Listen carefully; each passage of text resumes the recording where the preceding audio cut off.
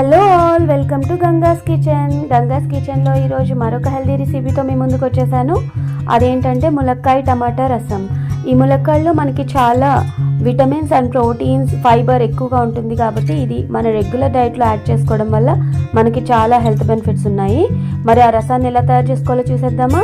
దీనికి ముందుగా ఒక గ్లాస్ కందిపప్పును తీసుకుని దానికి 2 ములక్కాయలు, 2 టమాటాలు చిన్న ముక్కలుగా కట్ చేసుకుని ఆ కందిపప్పులో వేసి మనం కుక్కర్లో పెట్టి 5 to 6 విజిల్స్ వచ్చే వరకు ఉడికించుకోవాలి. ఇలా మెత్తగా ఉడికినటువంటి మిశ్రమంలో కొంచెం వాటర్ని యాడ్ చేసి మనం గరిటెతో బాగా మెదుపుకోవాలి.